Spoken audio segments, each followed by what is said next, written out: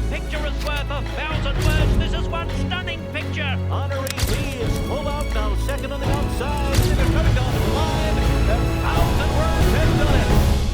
Hello everybody, Mike Welsch coming to you with our final daily racing form, Belmont Stakes Clockers Report, brought to you by Spendthrift Farm. Well, after 10-12 days here, watching all the Belmont Stakes horses train, some of them work, the rest come in a little bit late, got to see them gallop several times. I do have some reports on the Churchill Down horses of Brad Cox to bring you. I'm just going to recap what I've seen and what we've had reported on those Churchill Down works over the last 10 days, especially those final all-important works. Going to run down the field in post-position order and just give you the impressions that we've had. My clocker, Brandon Stubble, out at Churchill Downs. Tappet Shoes, we'll start with him.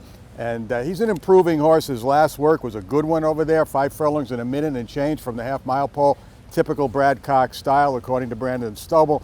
And his comment was, looks like he galloped out well, looks like he's improving. He went in company with a Brad Cox horse called Bishop's Bay, who's lightly raced, but you're going to hear a lot about him during the second half of the year. Tampa Try is probably trained as well as anybody leading up to the Belmont Stakes. Everybody's kind of conceding him the Belmont about 4 months ago because of his long stride, his breeding, the fact that he's by Tappet, who's offspring of one. It seems like every Belmont stake for the last 5 years. I know that's not the case, but Tampa Try still has to prove himself, though, coming off a hard-fought victory in the Bluegrass and a disappointing effort, obviously, in the Kentucky Derby, but he couldn't be doing any better coming into the Belmont. I loved his most serious work, 2 works back, 5/8 of a mile, big gallop out, 38 and change for the mile, and his last work, a maintenance work, forget the time, it was 50 and change, but it was eye-catching, I thought.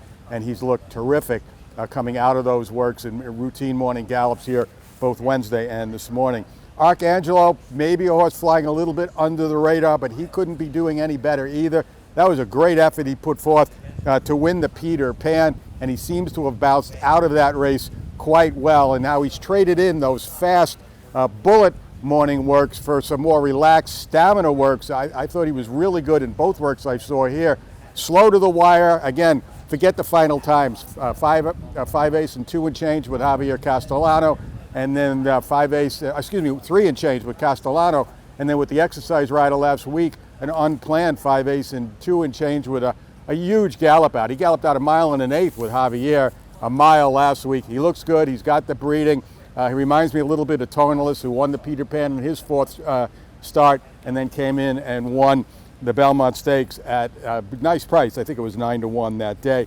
National Treasure has had 2 works here, coming off a gut-wrenching victory in the Preakness Stakes. The first work didn't go quite as planned, went a little too fast early, a little too slow late, but galloped out okay.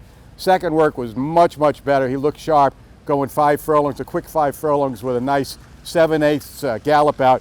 Typical Bob Baffert style there. National Treasure projects as the pace setter in the Belmont. Just a question of, is he good enough stepping up against what is a tougher field, and can he get the 1.5 miles on Saturday? Il Miracolo coming in from Gulfstream Park. He's going to be the longest price on the board by far. Had a couple of bullet works at Gulfstream before shipping up this way, but he was under pressure to finish. Didn't gallop out great in both those works. He'd be a real surprise if he even hit the board on Saturday. Forte, the division leader. Everybody knows the story now. He missed the Derby because of a bruised foot, and that's put him a little bit behind the 8 ball here coming into the Belmont Stakes. He's coming in without a start in 10 weeks. He's trained very, very well. The 2 works I saw for him were excellent. Obviously, trainer Todd Pletcher asked him to do a little bit more in his final work than Tappet Trice because of that 10 weeks of not having had a start. But he's galloped out well. He's looked good. Just a question now of can he overcome the long layoff and the fact can he get the 1.5 miles, which is obviously a big question for just about everybody in this field. Hit Show, a lot of people have him as kind of a wise guy horse coming in. He worked well in his final work, according to Brandon Stubble, at Churchill Downs, where his comment was not quite as well, he thought, as he had trained going into the Derby, and he did train excellent. I can vouch for that going into the Derby. He had a perfect trip, I thought, in the Derby. He got outside in the better going, made a little run, and then flattened out late, but seems to be a lot of people are getting on the Hit Show bandwagon as a long shot on Saturday. Angel of Empire, I think he's definitely one of the ones to beat. I thought he ran very well in the Derby. He was down on the inside for more than 6 furlongs. I thought the inside was not the place to be at Churchill Downs on Derby Day. When he came outside, he had a little bit too much to do, but he was gaining on Mage at the wire. He trained terrific going into the Derby with blinkers on.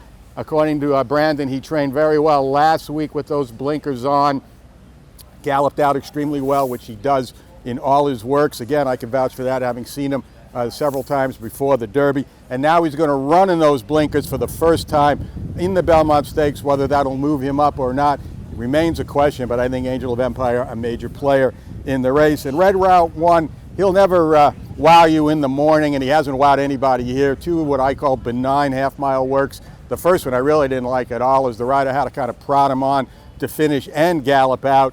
And then in his last work over on the training track, a routine, easy Steve Asmussen 5 days before a race, half mile, and he was eased up quickly, no gallop out at all, which we've seen that from Asmussen before. So that's a rundown of the field. Now it's just wait until Saturday, late Saturday, and see how things develop in here. I want to pick an Arcangelo just because of the price, the way he's trained, the breeding.